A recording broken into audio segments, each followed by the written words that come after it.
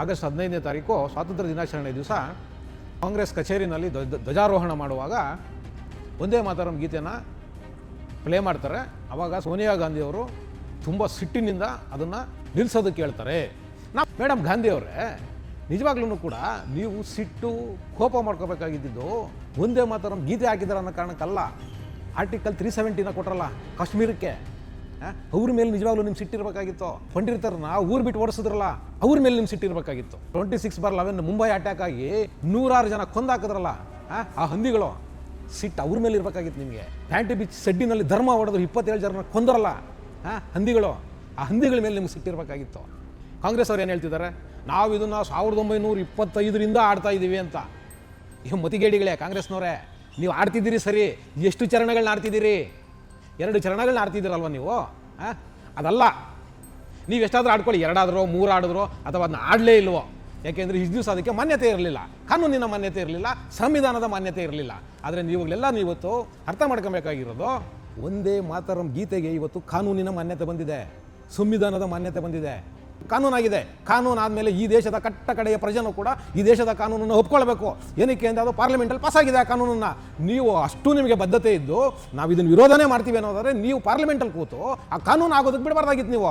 ಆದರೆ ಇವತ್ತು ಕಾನೂನಾಗಿದೆ. ಅದೇ ಒಂದು ಸಾರ್ವಜನಿಕ ಸಭೆಯಲ್ಲಿ ಅಥವಾ ಒಂದು ಸಾರ್ವಜನಿಕ ಸಮಾರಂಭದಲ್ಲಿ ಯಾರಾದರೂ ಸಾರ್ವಜನಿಕರು ಈ ಕೆಲಸ ಮಾಡಿದ್ದಿದ್ರೆ ಬಿಟ್ಬಿಡ್ತಿದ್ರ ಪೊಲೀಸ್ನವರು? ಕೇಸುಗಳಾಗ್ತಿರಲಿಲ್ಲ ಅವ್ರ ಮೇಲೆ. ಎಷ್ಟೋ ಕಡೆ ಉಲ್ಟಾ ಧ್ವಜ ಹಾರಿಸಿದ್ದಾರೆ ಅಂತ ಹೇಳ್ಬಿಟ್ಟು ಸ್ಕೂಲ್ಗಳಲ್ಲಿ ಟೀಚರ್ಗಳ ಮೇಲೆ ಎಫ್ಐಆರ್ಗಳಾಗ್ತಿದೆ. ಏನಕ್ಕೆ ಇನ್ನು ಇವ್ರಗಳ ಮೇಲೆ ಆಗ್ತಿಲ್ಲ? ಸೋನಿಯಾ ಗಾಂಧಿ, ರಾಹುಲ್ ಗಾಂಧಿ, ಮಲ್ಲಿಕಾರ್ಜುನ್ ಖರ್ಗೆ ಅಂತ ಅಂದ ತಕ್ಷಣ ಏನು ಕಾನೂನೇನು ಬೇರೆ ಆಗಲ್ವಲ್ಲ? ಅವ್ರಿಗೇನು ಬೇರೆ ಕಾನೂನು ಇದೆಯಾ? ಹೇಳ್ರಿ ಹರಿಪ್ರಸಾದ್ ಅವರೇ, ನೀವೇನೋ ದೊಡ್ಡದಾಗೇನೆ ಭಾಷಣ ಮಾಡ್ತಾ ಇದ್ರಿ ನಿಂತ್ಕೊಂಡು.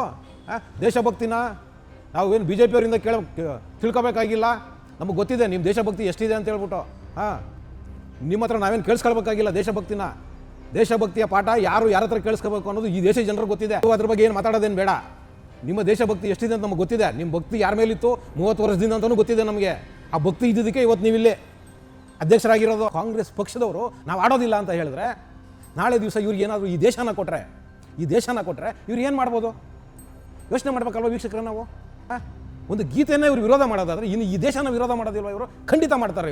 ಇವತ್ತಿನ ಜಿನ್ಜಿಗೆ ನಾನು ಕರೆ ಕೊಡ್ತಿರೋದು, ಇವತ್ತಿನ ಜಿನ್ಜಿನ ಉದ್ದೇಶ, ಜಿನ್ಜಿನ ಮನಸ್ಸಲ್ಲಿ ಇಟ್ಕೊಂಡು ನಾನು ಈ ಮಾತುಗಳನ್ನ ಹೇಳ್ತಾ ಇದ್ದೀನಿ. ದಯವಿಟ್ಟು ಜಿನ್ಜಿಗಳನ್ನ ಯೋಚನೆ ಮಾಡಬೇಕು, ಈ ಕಾಂಗ್ರೆಸ್ನ ಮನಸ್ಥಿತಿ ಏನಿದೆ ಇವತ್ತು, ಈ ನಕಲಿ ಗಾಂಧಿ ಕುಟುಂಬದ ಮನಸ್ಥಿತಿ ಏನಿದೆ ಇವತ್ತು ಯೋಚನೆ ಮಾಡಬೇಕು. ನಿಜವಾಗ್ಲೂ ಈ ಸಮರ್ಥನೆ ಸರಿ ಇದೆಯಾ? ಒಂದು ರಾಷ್ಟ್ರಗೀತೆನ ಆಡ್ತಿರೋವಾಗ ಯಾರಾದರೂ ಚೇರ್ ಮೇಲೆ ಕೂರ್ತಾರ? ಒಂದು ಸಾಮಾನ್ಯ ಜ್ಞಾನ ಕೂಡ ಇಲ್ಲ ಈ ಕಾಂಗ್ರೆಸ್ನವರಿಗೆ ಸಮರ್ಥನೆ ಮಾಡೋದಕ್ಕೆ. ಹೇಳಿ ನೀವು, ಯಾರಾದರೂ ಕೂರ್ತಾರ? ಹಾಳೋ ಸರ್ಕಾರಗಳ ಮೇಲೆ ನೀವು ಒತ್ತಡಗಳಾಗ್ತಿರಲ್ವಾ ಕಾಂಗ್ರೆಸ್ ಮೇಲೆ? ನಾವು ನಿಮ್ಮ ವೋಟ್ ಬ್ಯಾಂಕು, ನಾವು ಹೇಳ್ದಂಗೆ ನೀವು ಕೇಳಬೇಕು ಅಂತ. ಅದೇ ಒಂದು ವೋಟ್ ಬ್ಯಾಂಕು ಒಂದು ಕಡೆ ಪೋಲರೈಸೇಷನ್ ಆಗಿ ಒಂದು ಸರ್ಕಾರದ ಮೇಲೆ ಒತ್ತಡ ತಂದು ನಿಮಗಿರೋ ಸೌಲಭ್ಯಗಳನ್ನ ಏನಾದರೂ ಕಿತ್ಕೊಂಡ್ಬಿಡ್ತು ಅಂದರೆ ಏನು ಮಾಡುತ್ತೆ ನಿನ್ನ ಸಮಾಜ? ತಿರುಗಿಸಿ ನಿನಗೆ ಹೊಡಿತಾರವರು. ಅಯ್ಯೋ, ಈ ಕಾಕ್ರೋಜ್ನವ್ರು ಇದ್ರಲ್ಲ ನಮ್ಮ ಡೆಲ್ಲಿನಲ್ಲಿ ನೀಟ್ ಪರೀಕ್ಷೆ ಅಕ್ರಮದ ವಿರುದ್ಧ ತುಂಬ ದೊಡ್ಡ ಮಟ್ಟದಲ್ಲಿ ಪ್ರೊಟೆಸ್ಟ್ಗಳು ಮಾಡಿದ್ರಲ್ಲ, ಎಲ್ಲಪ್ಪ ಹೋದ್ರಿ ಈಗ? ಸೋನಿಯಾ ಮೇಡಮ್ ಗಾಂಧಿಯವರು ಒಂದೇ ಮಾತರಂ ಗೀತೆನ ಆಡಲ್ವಂತೆ. ಜನ್ಜಿಗಳು ಕೇಳಲ್ವ ಈಗ ಮೇಡಮ್ನ? ಹೇಳ್ರಿ ಜನ್ಜಿಗಳೇ, ಕೇಳಲ್ವ ಈಗ ಮೇಡಮ್ನ?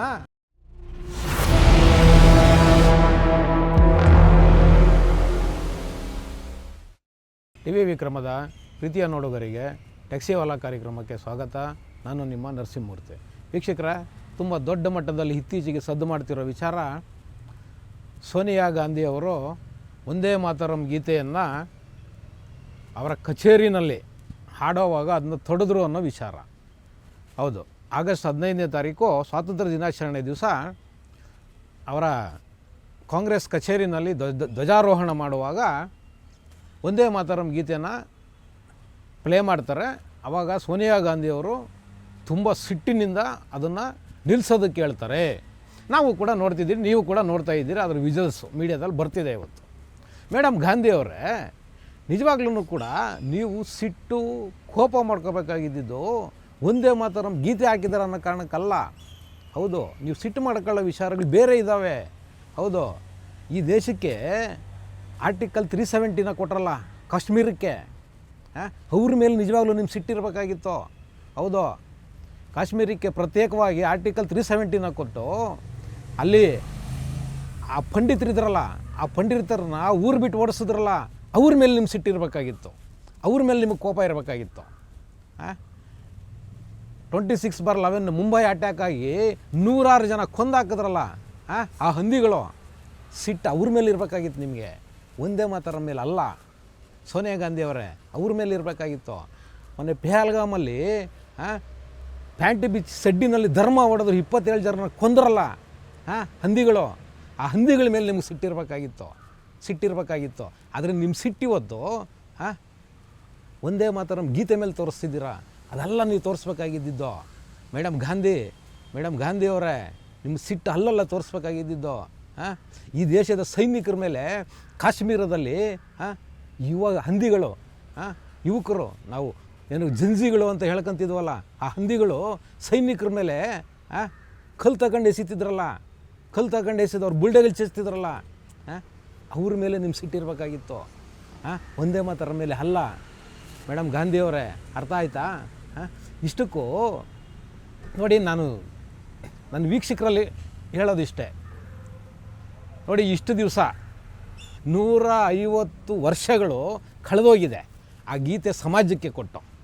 ಆದರೆ ನೋಡಿ, ಇಲ್ಲಿ ಕಾಂಗ್ರೆಸ್ ಅವ್ರು ಏನು ಹೇಳ್ತಿದ್ದಾರೆ, ನಾವು ಇದನ್ನು 1925ರಿಂದ ಆಡ್ತಾ ಇದ್ದೀವಿ ಅಂತ. ಈ ಮತಿಗೇಡಿಗಳೇ ಕಾಂಗ್ರೆಸ್ನವರೇ, ನೀವು ಆಡ್ತಿದ್ದೀರಿ ಸರಿ, ಎಷ್ಟು ಚರಣಗಳನ್ನ ಆಡ್ತಿದ್ದೀರಿ? 2 ಚರಣಗಳನ್ನ ಆಡ್ತಿದ್ದೀರಲ್ವ ನೀವು. ಅದಲ್ಲ, ನೀವು ಎಷ್ಟಾದರೂ ಆಡ್ಕೊಳ್ಳಿ, 2 ಆದ್ರೋ 3 ಆಡಿದ್ರೋ ಅಥವಾ ಅದನ್ನ ಆಡಲೇ ಇಲ್ವೋ.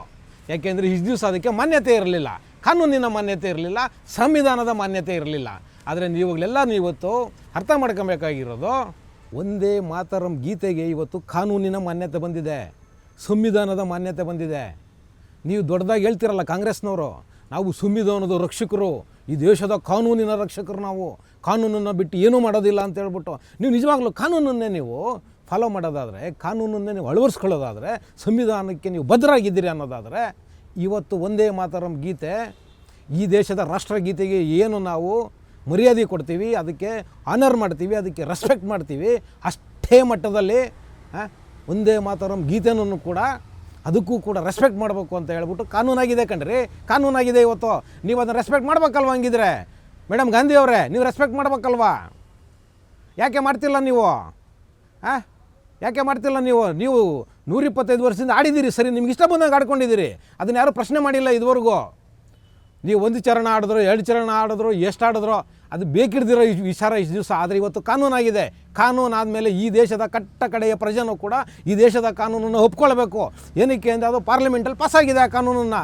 ನೀವು ಅಷ್ಟು ನಿಮಗೆ ಬದ್ಧತೆ ಇದ್ದು ನಾವು ಇದನ್ನು ವಿರೋಧನೇ ಮಾಡ್ತೀವಿ ಅನ್ನೋದಾದರೆ ನೀವು ಪಾರ್ಲಿಮೆಂಟಲ್ಲಿ ಕೂತು ಆ ಕಾನೂನು ಆಗೋದಕ್ಕೆ ಬಿಡಬಾರ್ದಾಗಿತ್ತು ನೀವು. ಆದರೆ ಇವತ್ತು ಕಾನೂನಾಗಿದೆ. ಕಾನೂನು ಆದಮೇಲೆ ನೀವು ಅದನ್ನು ರೆಸ್ಪೆಕ್ಟ್ ಮಾಡಬೇಕು, ನೀವು ಅದನ್ನು ಫಾಲೋ ಮಾಡಬೇಕು. ಇನ್ನೂ ಯಾಕೆ ಕೇಂದ್ರ ಸರ್ಕಾರದವ್ರಗಳ ಮೇಲೆ ಕ್ರಮ ತಗೊಳ್ತಾ ಇಲ್ಲ ಸೋನಿಯಾ ಗಾಂಧಿ ಮೇಲೆ ಅಂತ ನನಗೆ ಅರ್ಥ ಆಗ್ತಿಲ್ಲ.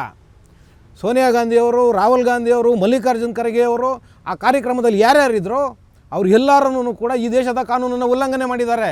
ಹೌದು, ಒಂದೇ ಮಾತರಂ ಗೀತೆಯನ್ನು ಅರ್ಧದಲ್ಲೇ ನಿಲ್ಲಿಸುವುದರ ಮುಖಾಂತರ ಈ ದೇಶದ ಕಾನೂನಿನ ಉಲ್ಲಂಘನೆ ಆಗಿದೆ. ಯಾಕೆಂದರೆ ಇವರೆಲ್ಲ ಕಾನೂನಿನ ಪಾಲಕರಲ್ವಾ, ಇವರೆಲ್ಲ ಕಾನೂನಿನ ರಕ್ಷಣೆ ಮಾಡೋರಲ್ವಾ. ಅದೇ ಒಂದು ಸಾರ್ವಜನಿಕ ಸಭೆಯಲ್ಲಿ ಅಥವಾ ಒಂದು ಸಾರ್ವಜನಿಕ ಸಮಾರಂಭದಲ್ಲಿ ಯಾರಾದರೂ ಸಾರ್ವಜನಿಕರು ಈ ಕೆಲಸ ಮಾಡಿದ್ದಿದ್ರೆ ಬಿಟ್ಬಿಡ್ತಿದ್ರ ಪೊಲೀಸ್ನವರು? ಕೇಸುಗಳಾಗ್ತಿರಲಿಲ್ಲ ಅವ್ರ ಮೇಲೆ. ಎಷ್ಟೋ ಕಡೆ ಉಲ್ಟಾ ಧ್ವಜ ಹಾರಿಸಿದ್ದಾರೆ ಅಂತ ಹೇಳ್ಬಿಟ್ಟು ಸ್ಕೂಲುಗಳಲ್ಲಿ ಟೀಚರ್ಗಳ ಮೇಲೆ ಎಫ್ಐಆರ್ಗಳಾಗ್ತಿದೆ. ಏನಕ್ಕೆ ಇನ್ನು ಇವ್ರುಗಳ ಮೇಲೆ ಆಗ್ತಿಲ್ಲ? ಏನಕ್ಕೆ ನಿಲ್ಲಿಸಿದ್ರು ಅರ್ಧಕ್ಕೆ ಅದನ್ನು? ಯಾಕೆ ಅದನ್ನು ಆಡಲಿಲ್ಲ? ಉತ್ತರ ಕೊಡ್ಬೇಕಲ್ವಾ? ಉತ್ತರ ಕೇಳಬೇಕು ಆಡಳಿತ ಮಾಡ್ತಿರೋ ಸರ್ಕಾರಗಳು. ಸೋನಿಯಾ ಗಾಂಧಿ, ರಾಹುಲ್ ಗಾಂಧಿ, ಮಲ್ಲಿಕಾರ್ಜುನ್ ಖರ್ಗೆ ಅಂತ ತಕ್ಷಣ ಏನು ಕಾನೂನೇನು ಬೇರೆ ಆಗಲ್ವಲ್ಲ? ಅವ್ರಿಗೇನು ಬೇರೆ ಕಾನೂನು ಇದೆಯಾ? ಮತ್ತು ಇವ್ರದ್ದು ವಾದ ಏನು? ಬಿ ಜೆ ಪಿಯವ್ರು ತಂದಿರೋ ಕಾನೂನು ನಮಗೆ ಸಂಬಂಧ ಇಲ್ಲ ಇದು. ಹಾಗಾದರೆ ಕಾನೂನು ಬಿ ಜೆ ಪಿಯವ್ರು ಬಂದಿದ್ದರೆ ಬಿ ಜೆ ಪಿಯವ್ರ ಸರ್ಕಾರದಲ್ಲಿ ಯಾವುದಾದ್ರೂ ಕಾನೂನು ಆದರೆ ಅದು ಬಿ ಜೆ ಪಿಯವ್ರಿಗೆ ಮಾತ್ರ ಅನ್ವಯಿಸುತ್ತಾ? ಹೇಳ್ರಿ ಹರಿಪ್ರಸಾದ್ ಅವರೇ, ನೀವೇನೋ ದೊಡ್ಡದಾಗಿ ನೆನ್ನೆ ಭಾಷಣ ಮಾಡ್ತಾಯಿದ್ರಿ ನಿಂತ್ಕೊಂಡು. ದೇಶಭಕ್ತಿನ ನಾವೇನು ಬಿ ಜೆ ಪಿಯವರಿಂದ ತಿಳ್ಕೊಬೇಕಾಗಿಲ್ಲ, ನಮಗೆ ಗೊತ್ತಿದೆ ನಿಮ್ಮ ದೇಶಭಕ್ತಿ ಎಷ್ಟಿದೆ ಅಂತ ಹೇಳ್ಬಿಟ್ಟು. ನಿಮ್ಮ ಹತ್ರ ನಾವೇನು ಕೇಳಿಸ್ಕೊಳ್ಬೇಕಾಗಿಲ್ಲ ದೇಶಭಕ್ತಿಯ ಪಾಠ ಯಾರ ಹತ್ರ ಕೇಳಿಸ್ಕೋಬೇಕು ಅನ್ನೋದು ಈ ದೇಶದ ಜನರಿಗೆ ಗೊತ್ತಿದೆ. ಅವ್ರು ಕೇಳಿಸ್ಕೊಂತಿದ್ದಾರೆ. ಅದಕ್ಕೆ ನಿಮ್ಮನ್ನು ಎಲ್ಲಿಡಬೇಕು ಅಲ್ಲಿ ಇಟ್ಟಾಗಿದೆ ಈಗಾಗಲೇ.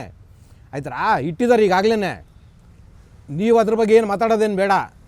ನಿಮ್ಮ ದೇಶಭಕ್ತಿ ಎಷ್ಟಿದೆ ಅಂತ ನಮಗೆ ಗೊತ್ತಿದೆ. ನಿಮ್ಮ ಭಕ್ತಿ ಯಾರ ಮೇಲಿತ್ತು 30 ವರ್ಷದಿಂದ ಅಂತಲೂ ಗೊತ್ತಿದೆ ನಮಗೆ. ಆ ಭಕ್ತಿ ಇದ್ದಿದ್ದಕ್ಕೆ ಇವತ್ತು ನೀವಿಲ್ಲಿ ಅಧ್ಯಕ್ಷರಾಗಿರೋದು. ಅಂಥ ಭಕ್ತಿನ ದೇಶದ ಮೇಲೆ ತೋರಿಸಿದ್ದಿದ್ರೆ ಏನಕ್ಕೆ ಆಗ್ತಿತ್ತು? 26/11 ಯಾಕೆ ಆಗ್ತಿತ್ತು? ಆ ಕಾಶ್ಮೀರದಲ್ಲಿ ಆ ಹಂದಿಗಳು ಕಲ್ಲು ತಗೊಂಡು ಸೈನಿಕರಿಗೆ ಯಾಕೆ ಹೊಡಿತಾ ಇದ್ರು? ಕಾಶ್ಮೀರದ ಪಂಡಿತರು ಯಾಕ್ರಿ ಕಾಶ್ಮೀರನ ಬಿಟ್ಟು ಹೋಗ್ಬೇಕಾಗಿತ್ತು? ಅಲ್ಲೇ ಗೊತ್ತಾಗುತ್ತೆ ನಿಮ್ಮ ದೇಶಭಕ್ತಿ ಎಷ್ಟಿದೆ ಅಂತ. ನಾನು ನನ್ನ ವೀಕ್ಷಕರಲ್ಲಿ ಮನವಿ, ದಯವಿಟ್ಟು ನೋಡಿ, ಒಂದೇ ಮಾತರಂ ಗೀತೆಯನ್ನೇ ಆಡೋದಕ್ಕೆ ಸಿದ್ಧ ಇಲ್ದಿರೋ ಈ ಕಾಂಗ್ರೆಸ್ ಒಂದು ದೇಶಭಕ್ತಿ ಗೀತೆ, ಈ ದೇಶನ ಹೊಗಳುವಂಥ ಗೀತೆ, ಈ ದೇಶನ ಆರಾಧಿಸುವಂಥ ಗೀತೆ, ಈ ತಾಯ್ನಾಡನ್ನು ಆರಾಧಿಸುವಂಥ ಗೀತೆ, ತಾಯಿ ಭುವನೇಶ್ವರಿನ ಆರಾಧಿಸುವಂಥ ಒಂದು ಗೀತೆನ ಈ ಕಾಂಗ್ರೆಸ್ ಪಕ್ಷದವರು ನಾವು ಆಡೋದಿಲ್ಲ ಅಂತ ಹೇಳಿದ್ರೆ, ನಾಳೆ ದಿವಸ ಇವ್ರಿಗೇನಾದರೂ ಈ ದೇಶನ ಕೊಟ್ಟರೆ ಇವ್ರು ಏನು ಮಾಡ್ಬೋದು? ಯೋಚನೆ ಮಾಡ್ಬೇಕಲ್ವ ವೀಕ್ಷಕರೇ ನಾವು? ಒಂದು ಗೀತೆಯನ್ನೇ ಇವರು ವಿರೋಧ ಮಾಡೋದಾದರೆ ಇನ್ನು ಈ ದೇಶನ ವಿರೋಧ ಮಾಡೋದಿಲ್ವ ಇವರು? ಖಂಡಿತ ಮಾಡ್ತಾರೆ ಇವರು, ಖಂಡಿತ ಮಾಡ್ತಾರೆ. ಇವತ್ತು ನೋಡಿ ದೇಶದ ಎಷ್ಟೆಲ್ಲ ಸಮಸ್ಯೆಗಳು, ಪಾಕ್ ಆಕ್ಯುಪೈಡ್ ಕಾಶ್ಮೀರ ಇರ್ಬೋದು, ಬಾಂಗ್ಲಾ ವಲಸಿಗರು ಇರ್ಬೋದು. ಈ ದೇಶ ಇವತ್ತು ಇಷ್ಟು ದೊಡ್ಡ ಮಟ್ಟದಲ್ಲಿ 80 ವರ್ಷ ಆದ್ರೂ ಕೂಡ ಸ್ವಾತಂತ್ರ್ಯ ಬಂದು ಇಷ್ಟು ದೊಡ್ಡ ಮಟ್ಟದಲ್ಲಿ ಹಿಂದುಳಿದೋದಕ್ಕೆ ಕಾರಣ ಏನು? ಇವರ ನೀತಿ ನಿಲುವುಗಳಲ್ವ? ಈ ದೇಶ ವಿರೋಧಿ ಮನಸ್ಥಿತಿಗಳೇ ಅಲ್ವಾ? ಖಂಡಿತ ಹೌದು. ಈ ಕಾಂಗ್ರೆಸ್ನ ದೇಶ ವಿರೋಧಿ ನೀತಿಗಳಿದೆಯಲ್ಲ, ಆ ಕಾರಣಕ್ಕೋಸ್ಕರ 26/11 ಮುಂಬೈ ಮೇಲೆ ಅಟ್ಯಾಕ್ ಆದಾಗ 106 ಜನ ಅಮಾಯಕರು ಸತ್ರೂ ಕೂಡ ಒಂದೇ ಒಂದು ಪ್ರತಿದಾಳಿ ಮಾಡೋದಕ್ಕೆ ಈ ಕಾಂಗ್ರೆಸ್ ಮುಂದಾಗಲಿಲ್ಲ ಅಂದರೆ ಯೋಚನೆ ಮಾಡಿ ಇವರಿಗೆ ಎಷ್ಟರ ಮಟ್ಟಿಗೆ ದೇಶಭಕ್ತಿ ಇದೆ ಅಂತ ನಾವೆಲ್ಲರೂ ಕೂಡ ಮತದಾರರು ಯೋಚನೆ ಮಾಡಬೇಕು. ಹೌದು, ಅವ್ರು ಇವತ್ತು ನೋಡಿ ಬಹಿರಂಗವಾಗಿ ಹೇಳ್ತಿದೆ ಕಾಂಗ್ರೆಸ್ ಇವತ್ತು ನಾವು ಒಂದೇ ಮಾತರಮ್ನ ಆಡೋದಿಲ್ಲ ಅಂತ. ಯಾವ ದೇಶನ ಹೊಗಳ್ತಿದ್ದಾರೆ ಅದರಲ್ಲಿ? ಯಾವ ದೇಶನ ಆರಾಧನೆ ಮಾಡಬೇಕು ಅಂತ ಹೇಳುತ್ತೆ ಗೀತೆ? ಯೋಚನೆ ಮಾಡಬೇಕಲ್ವಾ? ನಾವು ಭಾರತೀಯರಾಗಿ, ನಾವು ಈ ದೇಶದ ಮಕ್ಕಳಾಗಿ ನಮ್ಮ ದೇಶನ ಹೊಗಳುವಂಥ ಒಂದು ಗೀತೆ, ನಮ್ಮ ತಾಯ್ನಾಡಿನ ಕೀರ್ತಿ ಘನತೆಗಳನ್ನು ಹೊಗಳುವಂಥ ಒಂದು ಗೀತೆನ ಇವ್ರು ಹಾಡಲ್ಲ ಅಂತ ಹೇಳಿದ್ರೆ ಮತ್ತು ನಮ್ಮ ಮನಸ್ಥಿತಿ ಏನಾಯಿತು? ನಾವು ಇನ್ನೂ ಅವ್ರನ್ನ ಒಪ್ತಾ ಇದ್ದೀವಲ್ವಾ? ನನ್ನ ಪ್ರಶ್ನೆ ಇದು ನಂದು ಪ್ರಶ್ನೆ.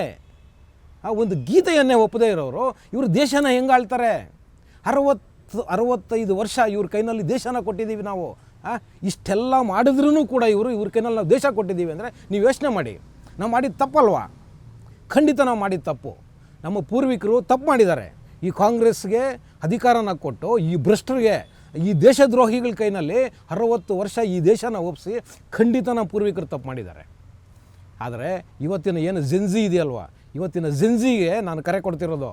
ಇವತ್ತಿನ ಜೆನ್ಜಿನ ಉದ್ದೇಶ, ಜೆನ್ಜಿನ ಮನಸ್ಸಲ್ಲಿ ಇಟ್ಕೊಂಡು ನಾನು ಈ ಮಾತುಗಳನ್ನ ಹೇಳ್ತಾ ಇದ್ದೀನಿ. ದಯವಿಟ್ಟು ಜೆನ್ಜಿಗಳನ್ನ ಯೋಚನೆ ಮಾಡಬೇಕು. ಈ ಕಾಂಗ್ರೆಸ್ನ ಮನಸ್ಥಿತಿ ಏನಿದೆ ಇವತ್ತು, ಈ ನಕಲಿ ಗಾಂಧಿ ಕುಟುಂಬದ ಮನಸ್ಥಿತಿ ಏನಿದೆ ಇವತ್ತು ಯೋಚನೆ ಮಾಡಬೇಕು. ಇದನ್ನು ಬೇರೆ ಡಿಪೆಂಡ್ ಮಾಡ್ಕೊತಿದ್ದಾರೆ ವೀಕ್ಷಕರೇ. ಏನಂತ ಸೋನಿಯಾ ಮೇಡಮ್ ಅವರು ಗೀತೆನ ನಿಲ್ಲಿಸೋದಕ್ಕೆಲ್ಲ ಹೇಳಿದ್ದು, ನಮ್ಮ ಇವರು ಮಲ್ಲಿಕಾರ್ಜುನ ಖರ್ಗೆ ಅವರು ತುಂಬ ಹೊತ್ತು ನಿಂತಿದ್ರು, ಕುತ್ಕೊಳ್ಳೋಕೆ ಚೇರ್ ಹಾಕಿ ಅಂತ ಹೇಳಿದ್ದು ಅಂತ. ಎಂಥ ನಾಚಿಕೆಗೇಡಿನ ಸಮರ್ಥನೆ ಇದು ಅಂದರೆ ನೋಡಿ, ಅಲ್ಲಿ ಒಂದು ರಾಷ್ಟ್ರಗೀತೆ ಹಾಡ್ತಿದ್ದಾರೆ, ಇನ್ನೊಂದು ಒಂದೇ ಮಾತರಂ ಗೀತೆ ಹಾಡ್ತಿದ್ದಾರೆ. ಅಲ್ಲಿ ನೀವು ಹೇಳಿ ವೀಕ್ಷಕರೇ, ನಿಜವಾಗ್ಲೂ ಈ ಸಮರ್ಥನೆ ಸರಿ ಇದೆಯಾ? ಒಂದು ರಾಷ್ಟ್ರಗೀತೆನ ಆಡ್ತಿರೋವಾಗ ಯಾರಾದರೂ ಚೇರ್ ಮೇಲೆ ಕೂರ್ತಾರ? ಒಂದು ಸಾಮಾನ್ಯ ಜ್ಞಾನ ಕೂಡ ಇಲ್ಲ ಈ ಕಾಂಗ್ರೆಸ್ನವರಿಗೆ ಸಮರ್ಥನೆ ಮಾಡೋದಕ್ಕೆ. ಹೇಳಿ ನೀವು, ಯಾರಾದರೂ ಕೂರ್ತಾರ ಆ ಗೀತೆ ಆಡ್ತಿರೋವಾಗ? ಎದ್ದು ಅದಕ್ಕೆ ರೆಸ್ಪೆಕ್ಟ್ ಅಲ್ವಂತೆ. ಅವರು ಚೇರಕ್ಕೆ ಕೇಳಿದ್ರಂತೆ ಸೋನಿಯಾ ಗಾಂಧಿ ಅವರು. ನೋಡಿ, ಇಂಥ ಸಮರ್ಥನೆ ಮಾಡ್ತಾರೆ ಈ ಅಯೋಗ್ಯರುಗಳು, ಈ ಗಂಜಿ ಗಿರಾಕಿಗಳು. ಅವನು ಇನ್ನೊಬ್ಬ ಯಾರೋ ಇದ್ದಾನೆ, ಅವನ ಹೆಸರೇನೋ ಮರ್ತೋಯ್ತು ನನಗೆ. ಅವನೆಂಥದ್ದು ಉಮರ ಏನೋ, ಕೇರಳದಲ್ಲೊಬ್ಬ MP ಇದ್ದಾನೆ ಕಾಂಗ್ರೆಸ್ ಅವನು. ನಾನು ಯಾವುದೇ ಕಾರಣಕ್ಕೂ ರಾಷ್ಟ್ರಗೀತೆನ ಏನು ಒಂದೇ ಮಾತರಂ ಗೀತೆನ ಆಡಲ್ಲ ಅಂತಲೇ. ಅಯೋಗ್ಯ, ನೀನು ಸ್ಥಿತಿವಂತನೇ ಇರ್ಬೋದು, ಆದರೆ ನಿನ್ನ ಸಮುದಾಯ ಇದೆಯಲ್ವಾ, ನಿನ್ನ ಸಮುದಾಯ ಯಾವ ಮಟ್ಟದಲ್ಲಿದೆ ಅಂತ ಗೊತ್ತಾ ನಿನಗೆ? ನೀನು ಒಂದೇ ಮಾತರಂ ಗೀತೆ ಆಡೋದಿಲ್ಲ, ನನಗೆ ಇಷ್ಟ ಬಂದರೆ ಆಡ್ತೀನಿ, ಇಲ್ಲ ಅಂದರೆ ಆಡೋದಿಲ್ಲ, ನಾನು ಧರ್ಮ ಒಪ್ಪೋದಿಲ್ಲ ಅಂತ ಹೇಳ್ತಿರಲ್ಲ ನೀನು. ಇವತ್ತು ನಿನ್ನ ಸಮುದಾಯದ ಜನ 90% ಜನ ಇವತ್ತು ಆ ರೇಷನ್ ಕಾರ್ಡಲ್ಲಿ ಅಕ್ಕಿ ಕೊಡ್ತಾರಲ್ಲ, ಆ ಅಕ್ಕಿನ ಇಟ್ಕೊಂಡು ಅದರಲ್ಲಿ ಬರೋ ಸವಲತ್ತುಗಳನ್ನ ತಗೊಂಡು ಜೀವನ ಮಾಡ್ತಿದ್ದಾರೋ. ಅಯೋಗ್ಯ. ಒಂದೇ ಒಂದು ಸಾರಿ ಈ ಬಹುಸಂಖ್ಯಾತ ಸಮಾಜ, ಹಿಂದೂ ಸಮಾಜ ಈ ದೇಶದಲ್ಲಿ ಏನಿದೆಯಲ್ಲ, ಆ ಸಮಾಜ ಏನಾದರೂ ತಿರುಗಿ ಬಿದ್ದು ನಿಮಗೆ ಕೊಟ್ಟಿರೋ ಸೌಲಭ್ಯಗಳನ್ನ ನಿಲ್ಲಿಸಬೇಕು ಅಂತ ಏನಾದರೂ ಒತ್ತಡಗಳನ್ನ ಹಾಕಿ ಆಳೋ ಸರ್ಕಾರಗಳ ಮೇಲೆ ನೀವು ಒತ್ತಡಗಳಾಗ್ತಿರಲ್ವ ಕಾಂಗ್ರೆಸ್ ಮೇಲೆ. ನಾವು ನಿಮ್ಮ ವೋಟ್ ಬ್ಯಾಂಕು, ನಾವು ಹೇಳ್ದಂಗೆ ನೀವು ಕೇಳಬೇಕು ಅಂತ ಅದೇ ಒಂದು ವೋಟ್ ಬ್ಯಾಂಕು ಒಂದು ಕಡೆ ಪೊಲರೈಸೇಷನ್ ಆಗಿ ಒಂದು ಸರ್ಕಾರದ ಮೇಲೆ ಒತ್ತಡ ತಂದು ನಿಮಗಿರೋ ಸೌಲಭ್ಯಗಳನ್ನೇನಾದರೂ ಕಿತ್ಕೊಂಡ್ಬಿಡ್ತು ಅಂದರೆ ಏನು ಮಾಡುತ್ತೆ ನಿನ್ನ ಸಮಾಜ? ತಿರುಗಿಸ್ ನಿನಗೆ ಹೊಡಿತಾರವರು, ಅಯೋಗ್ಯ, ತಿರುಗಿಸ್ ನಿನಗೆ ಹೊಡಿತಾರವರು. ಖಬರಿರಲಿ, ಮಾತಾಡೋವಾಗ ಖಬರಿರಲಿ. ನೀನು ಈ ದೇಶದಲ್ಲಿ ಬದುಕ್ತಿದ್ಯಾ, ಈ ದೇಶದ ಅನ್ನ ತಿಂತ ಇದೆಯಾ, ಈ ದೇಶದಲ್ಲಿ ಸಿಕ್ಕೋ ಅಧಿಕಾರನ ಅನುಭವಿಸಿದ್ಯಾ ನೀನು? ಅದಕ್ಕೆ ಹೇಳ್ತಾ ಇದ್ದೀನಿ, ಮೈ ಮೇಲೆ ಖಬರಿರಲಿ ಮಾತಾಡೋವಾಗ. ಮೈಕ್ ಸಿಕ್ಕಿದೆ ಅಂತ ಹೇಳ್ಬಿಟ್ಟು ಹುಚ್ಚುಚ್ಚಾಗಿ ಮಾತಾಡೋದಲ್ಲ. ನಿನ್ನ ಸಮುದಾಯ ಹಾಕಿದ್ದು ವೋಟ್ ಹಾಕಿದ ತಕ್ಷಣ ನೀನು ಗೆಲ್ಲಕ್ಕಾಗೋದಿಲ್ಲ. ಅಲ್ಲಿ ಹಿಂದೂ ಸಮಾಜನೂ ಕೂಡ ನಿನ್ನೊಟ್ಟಿಗೆ ಸೇರಬೇಕು. ನಿನಗೆ ಮತ ಹಾಕಿದ್ರೆ ಮಾತ್ರ ನೀನು ಚುನಾವಣೆಯಲ್ಲಿ ಆಯ್ಕೆ ಮಾಡೋಕ್ಕಾಗತ್ತೆ, ಇಲ್ಲಾಂದರೆ ನೀನು ಲೆಕ್ಕಕ್ಕೆ ಇರೋದಿಲ್ಲ. ಖಬರಿರಲಿ. ಆದರೆ ದುರದೃಷ್ಟವಶ ಏನಂದರೆ ಇವತ್ತು ಹಿಂದೂ ಸಮಾಜ ಯಾವ್ಯಾವುದೋ ಕಾರಣಕ್ಕೆ, ಜಾತಿ ಕಾರಣಕ್ಕೆ, ಸಮುದಾಯದ ಕಾರಣಕ್ಕೆ, ಪಕ್ಷದ ಕಾರಣಕ್ಕೆ, ಏನೇನೋ ಕಾರಣಕ್ಕೆ ಸಮಾಜ ಒಡೆದೋಗಿದೆ, ಒಪ್ಕೊಳ್ತೀವಿ ನಾವು. ಆದರೆ ನೀವು ಹೇಳ್ತಿದ್ದೀರಲ್ಲ, ಆ ಮಟ್ಟಕ್ಕೆ ಸಮಾಜ ಇನ್ನೂ ಹೊಡೆದಿಲ್ಲ. ಅಷ್ಟೋ ಇಷ್ಟೋ ಹೊಡೆದಿರೋ ಸಮಾಜ ಮತ್ತೆ ಒಂದುಗೂಡ್ತಿದೆ, ಮತ್ತೆ ಒಗ್ಗೂಡ್ತಿದೆ. ಯಾಕೆ ಒಗ್ಗೂಡ್ತಿದೆ ಗೊತ್ತಾ? ನಿಮ್ಮ ಹೇಳಿಕೆಗಳು, ನಿಮ್ಮ ನಡವಳಿಕೆಗಳು. ಹೌದು, ಅದರಿಂದ ಸಮಾಜ ಒಗ್ಗೂಡ್ತಿದೆ. ಇವತ್ತು ಹಿಂದೂ ಸಮಾಜ ಒಗ್ಗೂಡ್ತಿದೆ. ಇದನ್ನೇ ಹೇಳೋದು ಪೋಲರೈಸೇಷನ್ ಅಂತ, ಧ್ರುವೀಕರಣ, ಮತ ಧ್ರುವೀಕರಣ ಅಂತ. ಇದು ಈಗ ಶುರುವಾಗಿದೆ. ಮತ್ತು ಈ ಕಾಕ್ರೋಜ್ನವ್ರು ಇದ್ರಲ್ಲ, ನಮ್ಮ ಡೆಲ್ಲಿನಲ್ಲಿ ನೀಟ್ ಪರೀಕ್ಷೆ ಅಕ್ರಮದ ವಿರುದ್ಧ ತುಂಬ ದೊಡ್ಡ ಮಟ್ಟದಲ್ಲಿ ಪ್ರೊಟೆಸ್ಟ್ಗಳು ಮಾಡಿದ್ರಲ್ಲ, ಎಲ್ಲಪ್ಪ ಹೋದ್ರಿ ಈಗ? ಸೋನಿಯಾ ಮೇಡಮ್ ಗಾಂಧಿಯವರು ಒಂದೇ ಮಾತರಂ ಗೀತೆನ ಆಡಲ್ವಂತೆ. ಜಂಜಿಗಳು ಕೇಳಲ್ವ ಈಗ ಮೇಡಮ್ನ? ಹೇಳ್ರಿ ಜಂಜಿಗಳೇ, ಕೇಳಲ್ವ ಈಗ ಮೇಡಮ್ನ? ಯಾಕಮ್ಮ ಆಡಲ್ಲ ನೀನು ಅಂತ? ಎಲ್ಲೋದ್ರಪ್ಪ ಜಂಜಿಗಳು? ಕೇಳ್ರಿ ಮೇಡಮ್ ಗಾಂಧಿನ, ಯಾಕೆ ಒಂದೇ ಮಾತರ ಮಾಡೋದಿಲ್ಲ ಅಂತ ಪ್ರಶ್ನೆ ಮಾಡಿರಿ. ರಾಹುಲ್ ಗಾಂಧಿನ ಪ್ರಶ್ನೆ ಮಾಡಿ. ಒಂದೇ ಮಾತರಂ ಮಾಡೋದೇ ಇಲ್ಲ ಅಂದರೆ ನೀವು ಈ ದೇಶದ ಒಂದು ಗೀತೆಯನ್ನೇ ನೀವು ರೆಸ್ಪೆಕ್ಟ್ ಮಾಡಿಲ್ಲ ಅಂದರೆ ನೀವು ಇನ್ನು ಈ ದೇಶನ ಆಳೋದಕ್ಕೆ ಹೆಂಗೆ ಯೋಗ್ಯರು ನೀವು ಅಂತ ಕೇಳಿ ಅವ್ರನ್ನ. ಕೇಳಬೇಕು ದಯವಿಟ್ಟು ಜಂಜಿಗಳು. ಇಂಥ ವಿಚಾರಗಳು ಮುನ್ನೆಲೆಗೆ ತೊಗೊಂಡು ಬರಬೇಕು. ಹೌದು, ಜಂಜಿಗಳು ಇಂಥ ವಿಚಾರದ ವಿರುದ್ಧ ಹೋರಾಟ ಮಾಡಬೇಕು. ನೀವು ನೀಟ್ ವಿರುದ್ಧ ಹೋರಾಟ ಮಾಡಿ ತಪ್ಪು ಅಂತ ನಾನು ಹೇಳಲ್ಲ, ಸರಿ ಇದೆ, ಅದರಲ್ಲಿ ನಿಮಗೆ ಜಯನೂ ಸಿಕ್ಕಿದೆ. ಇದನ್ನು ಪ್ರಶ್ನೆ ಮಾಡಿರಿ, ಇದನ್ನು ಪ್ರಶ್ನೆ ಮಾಡ್ಬೇಕಲ್ವಾ? ನಮ್ಮ ಅಸ್ತಿತ್ವದ ಪ್ರಶ್ನೆ ಇದು.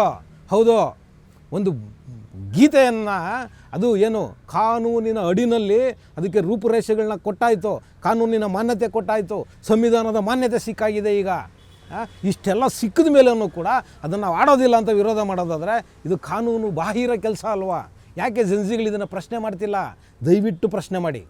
ದಯವಿಟ್ಟು ಮೇಡಮ್ ಸೋನಿಯಾ ಗಾಂಧಿಯವರು ಪ್ರಶ್ನೆ ಮಾಡಿ. ಮೇಡಮ್ ಸೋನಿಯಾ ಗಾಂಧಿಯವರು ಬಹಿರಂಗವಾಗಿ ಕ್ಷಮೆ ಯಾಚಿಸಬೇಕು. ಸಾಧ್ಯವಾದರೆ ಅವರಿಗೆ ಗೀತೆ ಹಾಡೋದಕ್ಕೆ ಬಂದರೆ ಬಹಿರಂಗವಾಗಿ ಅವ್ರ ಬಾಯಿನಲ್ಲಿ ಆಡಿಸಿ ಏನು ತಪ್ಪಿದೆ? ಹಾಡಬೇಕಲ್ವಾ? ಖಂಡಿತ ಆಡಬೇಕು. ಇವತ್ತು ಕಾನೂನಾಗಿದೆ ಅದು, ಆ ಕಾರಣಕ್ಕೋಸ್ಕರ ಆಡಬೇಕು. ಇನ್ನು ಕೊನೆಯದಾಗಿ ವೀಕ್ಷಕರೇ, ನಾವು ಎಲ್ಲರೂ ಕೂಡ ಒಂದು ಸರಿ ನಮ್ಮನ್ನು ನಾವೇ ಆತ್ಮಾವಲೋಕನ ಮಾಡ್ಕೋಬೇಕು. ನಿಜವಾಗ್ಲೂ ಕೂಡ ಆತ್ಮಾವಲೋಕನ ಮಾಡ್ಕೊಳ್ಳೋ ಅಂಥ ಒಂದು ಸುದಿನಗಳಿವು.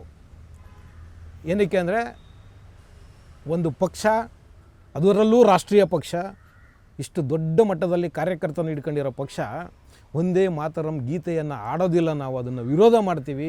ಯಾವುದೋ ಒಂದು ಸಮುದಾಯಕ್ಕೆ ನೋವಾಗುತ್ತೆ ಅನ್ನೋ ಕಾರಣಕ್ಕೆ ನಾವು ಆಡೋದಿಲ್ಲ ಅಂತ ಹೇಳಿದರೆ ನಿಜವಾಗ್ಲೂ ಕೂಡ ಇದು ಈ ದೊಡ್ಡ ಸಮಾಜ ತಲೆ ತೆಗೆಸುವಂಥ ಅಂಥ ಒಂದು ಪರಿಸ್ಥಿತಿನ ಈ ಕಾಂಗ್ರೆಸ್ ನಿರ್ಮಾಣ ಮಾಡ್ತಿದೆ.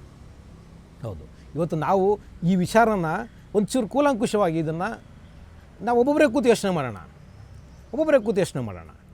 ಒಂದು ಗೀತೆಯನ್ನೇ ಇವರು ಆಡೋದಕ್ಕೆ ರೆಡಿ ಇಲ್ದಿರೋ ಒಂದು ಕಾಂಗ್ರೆಸ್ ಪಕ್ಷ ನಾಳೆ ಇವರನ್ನು ನಾವು ಗೆಲ್ಲಿಸಿ ಈ ಪಕ್ಷದಿಂದ ಒಬ್ಬರು ಪ್ರಧಾನಮಂತ್ರಿನ ಮಾಡ್ತೀವಿ ಅಂತ ಹೇಳಿದ್ರೆ ಖಂಡಿತವಾಗ್ಲೂ ಇವರು ನಮ್ಮ ಪರ ನಿಲ್ತಾರ ಅಥವಾ ಈ ದೇಶದ ಪರ ನಿಲ್ತಾರ? ಖಂಡಿತ ನಿಲ್ಲೋದಿಲ್ಲ ಇವರು. ಯಾಕೆಂದರೆ ನಾವು ಹಿಂದುಗಡೆ 47ರಿಂದ 2013ರವರೆಗೂ ನಾವು ನೋಡ್ಕೊಂಡು ಬಂದರೆ ಮಧ್ಯದಲ್ಲಿ ಒಂದು 2-3 ಸರಿ ಬೇರೆ ಸರ್ಕಾರಗಳು ಬಂದಿದ್ದು ಬಿಟ್ಟರೆ ಬಹುಪಾಲು ಕಾಂಗ್ರೆಸ್ಸೇ ನಮ್ಮನ್ನು ಆಳಿರೋದು, ಈ ದೇಶನ ಆಳಿರೋದು. ನಾವು ಯೋಚನೆ ಮಾಡ್ಕೊಂಬರೋಣ, ಎಲ್ಲೆಲ್ಲಿ ಇವರು ದೇಶ ವಿದ್ರೋಹಿ ಕೆಲಸಗಳನ್ನ ಮಾಡಿದ್ದಾರೆ. ಇವತ್ತು ದೇಶ ಈ ಮಟ್ಟಕ್ಕೆ ಆಂತರಿಕ ವಿಚಾರ ಇರ್ಬೋದು, ಹೊರಗಡೆ ಭದ್ರತೆ ವಿಚಾರ ಇರ್ಬೋದು, ಇಲ್ಲಿನ ಬಡತನ, ನಿರುದ್ಯೋಗ, ಇಲ್ಲಿನ ಅಸ್ಪೃಶ್ಯತೆ, ಇದೆಲ್ಲನೂ ಯೋಚನೆ ಮಾಡಿದ್ರು ಯಾಕೆ ಇನ್ನೂ ಕೂಡ ಆ ಮಟ್ಟದಲ್ಲಿ ಬೇರೆ ಬಿಟ್ಟು ನಿಂತಿದೆ ಅಂದರೆ ಈ ದ್ರೋಹಿಗಳು ನಮ್ಮನ್ನು ಆಳಿದ ಪರಿಣಾಮ ಇವತ್ತು ನಾವು ಇನ್ನೂ ಕೂಡ ಈ ಸಮಸ್ಯೆಗಳನ್ನ ಎದುರಿಸಬೇಕಾಗಿದೆ. ಆ ಕಾರಣಕ್ಕೋಸ್ಕರ ನನ್ನ ಎಲ್ಲ ನೋಡುಗರಲ್ಲಿ ನನ್ನ ಮನವಿ, ದಯವಿಟ್ಟು ನೀವು ಇಂಥ ವಿಚಾರಗಳನ್ನ ನಿಮ್ಮಷ್ಟಕ್ಕೆ ನೀವೇ ಆತ್ಮಾವಲೋಕನ ಮಾಡಿಕೊಂಡು ಮುಂದಿನ ದಿನಗಳಲ್ಲಿ ಸಾಕಷ್ಟು ಚುನಾವಣೆಗಳು ಬರೋದಿದ್ದಾವೆ. ಮುಂದಿನ ದಿನಗಳಲ್ಲಿ ಚುನಾವಣೆಗಳಲ್ಲಿ ನಮ್ಮ ಮತವನ್ನು ಚಲಾವಣೆ ಮಾಡುವಾಗ ದಯವಿಟ್ಟು ನಾನು ಅವ್ರಿಗೆ ಇವ್ರಿಗೆ ಹಾಕಿ ಅಂತ ನಾನು ಹೇಳಲ್ಲ. ನಿಮ್ಮಲ್ಲೇ ನಿಮ್ಮದೊಂದು ಆತ್ಮಾವಲೋಕನ ಇರಲಿ. ನಮ್ಮನ್ನು ಯಾರು ರಕ್ಷಣೆ ಮಾಡ್ತಾರೆ, ಅದಕ್ಕಿಂತ ವಿಶೇಷವಾಗಿ ಈ ದೇಶದ ರಕ್ಷಣೆ ಯಾರು ಮಾಡ್ತಾರೆ, ಈ ದೇಶದ ರಕ್ಷಣೆ ಮಾಡುವಂಥ ಸೈನಿಕರಿಗೆ ಯಾರು ಒತ್ತು ಕೊಡ್ತಾರೆ, ಅದಕ್ಕೆ ಸಂಬಂಧಪಟ್ಟ ಮದ್ದುಗುಂಡುಗಳಾಗಲಿ, ಮಿಸೈಲ್ಗಳಾಗಲಿ, ಅದಕ್ಕೆ ಸಂಬಂಧಪಟ್ಟ ಆಯುಧಗಳನ್ನಾಗಲಿ ಯಾರು ಇವತ್ತು ದೊಡ್ಡ ಮಟ್ಟದಲ್ಲಿ ಖರೀದಿ ಮಾಡಿ ಶೇಖರಣೆ ಮಾಡ್ತಿದ್ದಾರೆ, ಈ ದೇಶದ ಭದ್ರತೆ ವಿಚಾರಕ್ಕೆ, ಈ ದೇಶದ ಭದ್ರತೆಗೋಸ್ಕರ, ನಮ್ಮನ್ನು ಉಳಿಸ್ಕೊಳ್ಳೋದಕ್ಕೋಸ್ಕರ, ನಮ್ಮನ್ನು ಉಳಿಸೋದಕ್ಕೋಸ್ಕರ ಯಾರು ಹೆಚ್ಚಿಗೆ ಗಮನ ಕೊಡ್ತಿದ್ದಾರೆ, ಇಂಥದನ್ನೆಲ್ಲ ನಾವು ಯೋಚನೆ ಮಾಡಿ ಮತ ಹಾಕಬೇಕಲ್ವ ವೀಕ್ಷಕರೇ. ಖಂಡಿತವಾಗ್ಲೂ ನಮ್ಮ ಪ್ರಿಯಾರಿಟಿ, ನಾವು ಮತದಾನ ಮಾಡುವುದಕ್ಕಿಂತ ಮುಂಚೆ ನಮ್ಮ ಪ್ರಿಯಾರಿಟಿ ಇವಾಗಿರಬೇಕು. ಯಾವನೋ ಒಬ್ಬ ಜಾತಿ ಅನ್ನೋ ಕಾರಣಕ್ಕೆ ದಯವಿಟ್ಟು ಮತ ಹಾಕಬಾರ್ದು. ಯಾರೋ ನಮ್ಮ ಊರಿನವನು ಅನ್ನೋ ಕಾರಣಕ್ಕೆ ನಾವು ಮತ ಹಾಕಬಾರ್ದು. ನಮ್ಮ ಆದ್ಯತೆ ದೇಶದ ರಕ್ಷಣೆ, ಧರ್ಮದ ರಕ್ಷಣೆ ಮತ್ತು ನಮ್ಮ ರಕ್ಷಣೆ, ನಮ್ಮ ಸುರಕ್ಷತೆ ಮತ್ತು ನಮ್ಮ ಗಡಿಗಳನ್ನು ಆದಷ್ಟು ದೊಡ್ಡ ಮಟ್ಟದಲ್ಲಿ ನಾವು ರಕ್ಷಣೆ ಮಾಡ್ಕೋಬೇಕು. ಯಾಕೆಂದರೆ ಇವತ್ತೆಲ್ಲ ನಮಗೆ ಗೊತ್ತಿದೆ, ದೇಶದಲ್ಲಿ ಇವತ್ತು ಏನೆಲ್ಲ ಆಗ್ತಾಯಿದೆ. ಪಾಕಿಸ್ತಾನದಿಂದ ಬರ್ತಾರೆ, ಅಫ್ಘಾನಿಸ್ತಾನದಿಂದ ಬರ್ತಾರೆ, ಬಾಂಗ್ಲಾದೇಶದಿಂದ ಬರ್ತಾರೆ. ಇದೊಂಥರ ಹುಲ್ಲುಗಾವಲು ಮಾಡ್ಕೊಂಬಿಟ್ಟಿದ್ದಾರೆ. ಯಾಕೆ ಈ ಪರಿಸ್ಥಿತಿಗೆ ದೇಶ ಬಂದು ನಿಂತಿದೆ ಇವತ್ತು?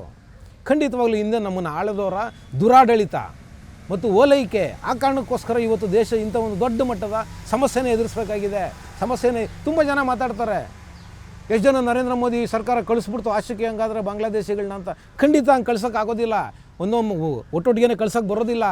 ಏನಕ್ಕೆ ಅಂದರೆ ಅಷ್ಟು ದೊಡ್ಡ ಮಟ್ಟದಲ್ಲಿ ಹಾಲದ ಮರಗಳ ಥರ ಬೇರೆ ಬಿಟ್ಟಿದ್ದಾರೆ. ಆ ಜನ ಬಂದು ಬೇರೆ ಬಿಟ್ಟಿದ್ದಾರೆ. ಅವ್ರನ್ನ ಗುರುತು ಮಾಡೋದೇ ದೊಡ್ಡ ಕೆಲಸ ಆಗಿದೆ. ಈಗ ಅವ್ರನ್ನ ಗುರುತು ಮಾಡಿ ಇವರು ಹೊರಗಡೆ ದೇಶದಿಂದ ಬಂದಿರೋರು ಅನ್ನೋದನ್ನ ಐಡೆಂಟಿಫಿಕೇಷನ್ ಮಾಡೋದೇ ದೊಡ್ಡ ಸಮಸ್ಯೆ ಆಗಿದೆ. ಏನಕ್ಕೆ ಅಂದರೆ ಆ ಮಟ್ಟದಲ್ಲಿ ಅವರಿಗೆ ಆಧಾರಗಳನ್ನ ಕೊಟ್ಟಿದ್ದಾರೆ. ಹೌದು, ಆಧಾರಗಳನ್ನ ಕೊಟ್ಟಿದ್ದಾರೆ, ಗುರುತು ಚೀಟಿಗಳನ್ನ ಕೊಟ್ಟು ಅವರಿಗೆ ಈ ದೇಶದ ಪ್ರಜೆಗಳಿಗೆ ಏನೇನಿರುತ್ತೋ ಅಂತ ಎಲ್ಲನೂ ಕೊಟ್ಟು ಕೂರಿಸಿದ್ದಾರೆ ಅವ್ರನ್ನ. ಯಾರು ಮಾಡಿದ್ದಿದೆಲ್ಲ? ಯೋಚನೆ ಮಾಡಬೇಕಲ್ವ ನಾವು? ಇವತ್ತು ನಮ್ಮ ಕೆಲಸಗಳನ್ನ ಕಳ್ಕೊತಿದ್ದೀವಿ ನಾವು. ಹೌದು, ನಮ್ಮ ಉದ್ಯೋಗಗಳನ್ನ ಹೋಗ್ತಿದೆ.